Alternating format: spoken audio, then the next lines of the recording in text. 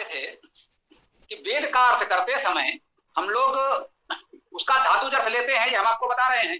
जो भी शब्द होगा जब वेद में उसका अर्थ करेंगे तो धातु अर्थ ग्रहण करेंगे। और लोक व्यवहार में ये हम सब जानते हैं कि जो योगरूढ़ शब्द हमने बनाए अर्थात उस अर्थ का कुछ ध्यान में रखते हुए हमने किसी वस्तु पदार्थ का नामकरण कर दिया। अब लोक व्यवहार में यौ एक विशेष वस्तु पदार्थ का नाम हमने रख दिया है, तो जब हम किसी से कहेंगे भाई यौ ले आओ, तो वो उस वस्तु पदार्थ को ले आएगा, वो उसका नाम हो गया। तो लोक व्यवहार में यौ का अर्थ वो वस्तु पदार्थ होगा, परंतु जब वेद मंत्र में हम वेद का अर्थ करते हैं तो स्वाभाविक रूप से हम धातु अर्थ ही प्रमुखता से ग्रहण करते हैं। यही शास्त्रीय मर्यादा भी है और हमारा ऐसा मानना है, जैसा जिसका विचार हो। धन्यवाद स्वामी जी।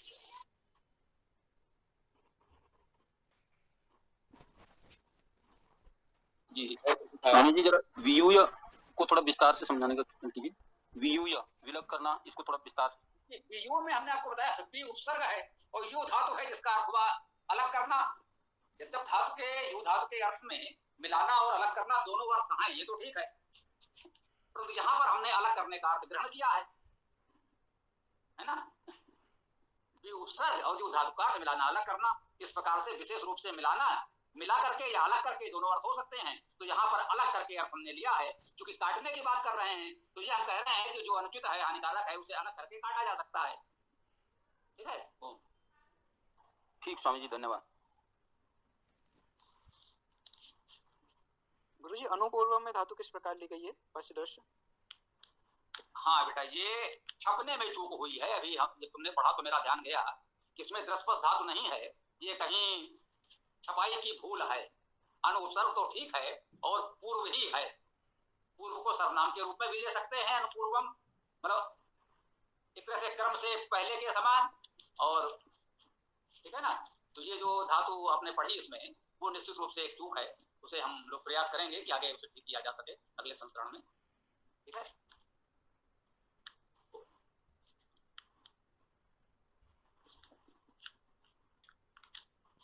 ये देखें जहां भी कोई भूल चूक मिलती है तो उसको आप सबको सुधारना है, हमेशा ध्यान रखें। जैसे आपका ध्यान किया स्वाभाविक है, इसमें दृष्पस धातु हो ही नहीं सकती, तो ये चूक है, ये ध्यान रखें। किसी ने भी किया, हमने किया हो, हमसे भी बड़े विद्वान हो, इस तरह की भूल चूक होना स्वाभाविक है, क्योंकि एक प्रक्रिया है, उस तरह से सब कार्य होते हैं। तो छोटे मोटे इस तरह की चूक रह सकती है और सभी जागरूक पाठक अध्येता उसको सुधार कर ठीक करके पढ़ने का भाव रखें तो अच्छा होगा। क्योंकि बड़े बड़े कार्य में छोटी मोटी एक दो चूक इतनी बड़ी पुस्तक में हो सकता है, संभव है, हो सकता है इसके अतिरिक्त एक आध स्थान पर और कोई ऐसी चूक हो, तो उसका ध्यान रखें और प्रयास करेंगे कि आगामी संस्करणों में ठीक हो सके। अन्यथा जो है अपने विवेक से इतना ध्यान रख के पढ़ें।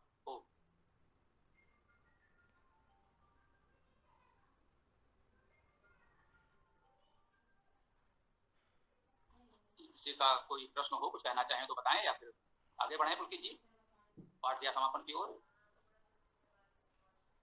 जी, पाठ कर लेते हैं।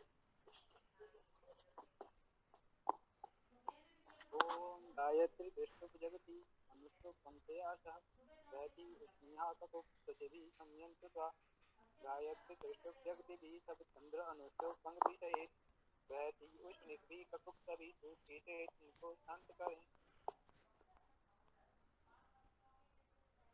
करते रहिए। ओम द्विपदाय चतुष्पदा त्रिपदयाय षष्ठपदा विछंदाय सछंदा सूची भी समयंत्युत्वा दो जो द्विपद चतुष्पद त्रिपद छंद जो षष्ठ पद छंद रचे हैं सब विछंद सभी सा छंद सभी सूची से तुमको शांत करें।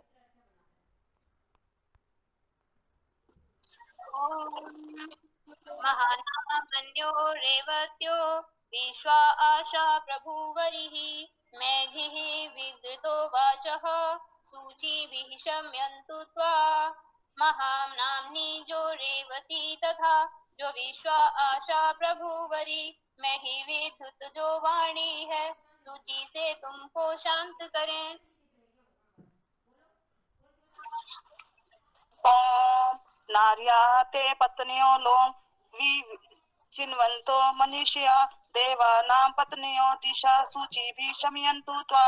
नारियां तुम्हारी पत्नी वे प्रतिभा से चेतन शब्द प्रगति देवों की पत्नी दिशा सभी सूची से तुमको शांत करे। ओम खम ब्रह्म रजताहरणि शीशा युजो युज्यन्ते कर्मभिः अश्वस्य वाजिनः त्वचि सीमा समयन्ति रजताहरणि शीशा संयुक्त कर्मों से योजिता ओम खम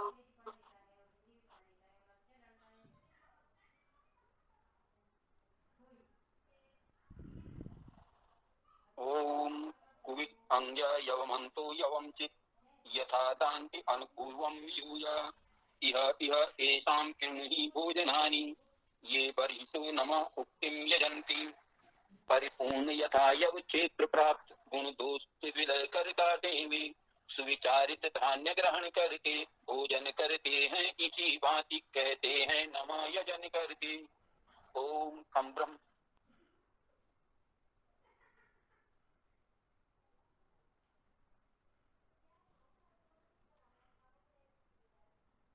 गुरुजी, जैसे इस मंत्र से मतलब कुल मिला के हम अपने जीवन में, लौकिक जीवन में ऐसी कौन कौन सी बातें हैं जो सीधा वेद का आदेश मान के सीधा अपने जीवन में आचरण में ला सकते हैं?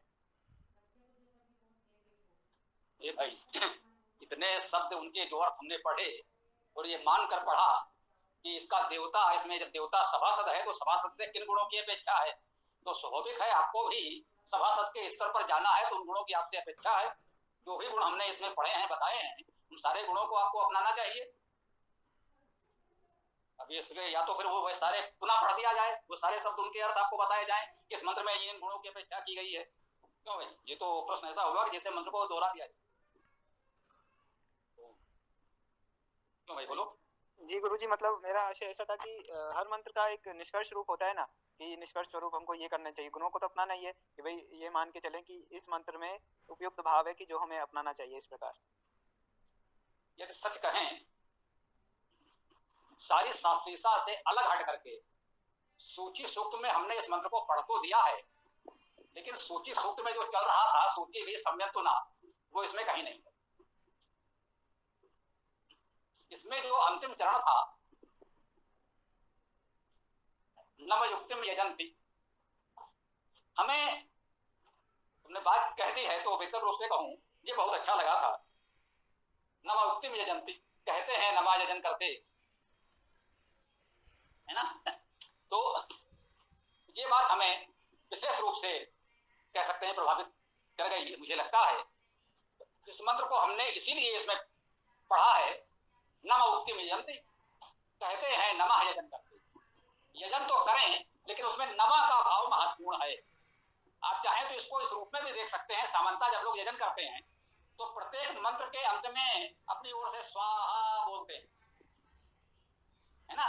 इस समय जो यजन के नाम पर कर्मकांड होता है, उसमें जो मंत्र पढ़े जाते हैं, मंत्र के साथ, मंत्र के बाद, मंत्र के अंत में स्वाहा बोलते हैं। ये मंत्र कह रहा है, कहते हैं नमः यजन करते, नम युक्तिम यजन। जब यजन करें तो नमः बोलें, स्वाहा नहीं। चाहे तो ये अर्थ भी ग्रहण कर सकते हैं, लेकिन मैंने इसलिए नहीं कहा कि कुछ लोगों को ऐसा लगे कि पूरी व्यवस्था क्यों बदलना चाहते हैं, कुछ लोगों को कुछ ज्यादा होने लगने लगे। अब तुमने कह दिया तो बात आ ही गई। वास्तव में मुझे लगा ये मंत्र तो सीधे सीधे कह रहा है कि नम युक्तिम यजन्ति, नमा कहते हुए यजन करते हैं। तो हमें यजन में नमा कहना चाहिए, नमा का भाव रखना चाहिए, ये अधिक महत्वपूर्ण है। चाहो तो मेरी ओर से इस मंत्र का केंद्रीय भाव ये ग्रहण कर सकते हो, ठीक है।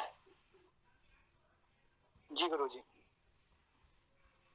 शेष स्वयं अध्ययन करें, हो सकता है इससे अच्छी कोई बात जो तुम्हें लगे तुम्हारे लिए वो भी अच्छी है ना, क्यों मान कर सकते।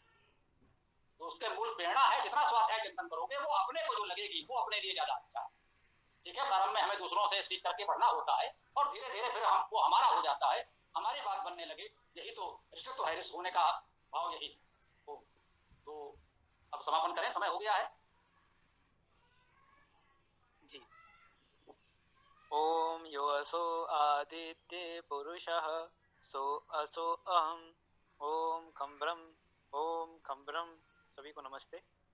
ओम यो असो आदित्य पुरुषः सो असो अहम ओम खम ब्रह्म। सभी साथियों को सादर नमस्ते। ओम यो असो आदित्य पुरुषः सो असो अहम् ओम खम भ्रम सभी को सादर नमस्ते। नमस्ते। ओम खम ब्रह्म। नमस्ते सभी साथियों को। ओम यो असौ आदित्य पुरुषः सो असौ अहम्। ओम खम ब्रह्म सभी को सादर नमस्ते जी।